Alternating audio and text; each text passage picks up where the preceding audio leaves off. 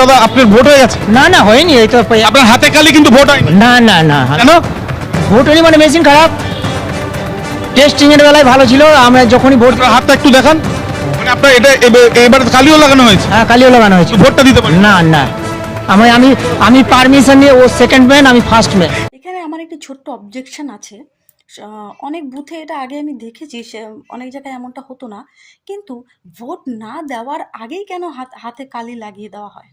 তাই নয় কি? আমরা তো জানি যে আমাদের রাজ্যের অবস্থা এইরকম, এখানে এভাবে ভোট লুট করা হয়। হাতে কালি লাগিয়ে দিয়ে ইভিএম মেশিন বন্ধ বলে গেট বন্ধ করে দিয়েছে। তো এনার ভোটটা কে দিয়ে দিল? এভাবে তো ভোট চুরি করছে, অবিরত ভোট চুরি হচ্ছে। আমরা বলবো যে এত প্রোটেকশন, এত পুলিশ প্রশাসনের মধ্যে যে কোনো রকমভাবে ভোট চুরি হয়নি, না। এত কিছুর মধ্যেও এরা চুরি করেছে, অনেক জায়গায়, বহু জায়গায় ধরাও পড়েছে। তাহলে ভাবুন, যখন এই সমস্ত কিছু ছিল না, তখন তো এরা 100%ই চুরি করেই জিততো। এটা তো এবার আরও পরিষ্কারভাবে প্রমাণিত হয়ে গেল।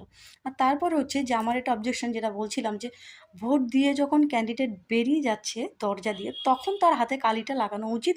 অনেক সময় এটা হয় বিভিন্ন পঞ্চায়েতে এলাকায় ভোটে বা অন্য কোনো ভোটের সময় এটা হয়ে থাকে। আমি নিজেও দিয়েছি একবার দুবার, তখন দেখেছি যে বেরিয়ে যাওয়ার সময় হাতে কালি দিচ্ছে।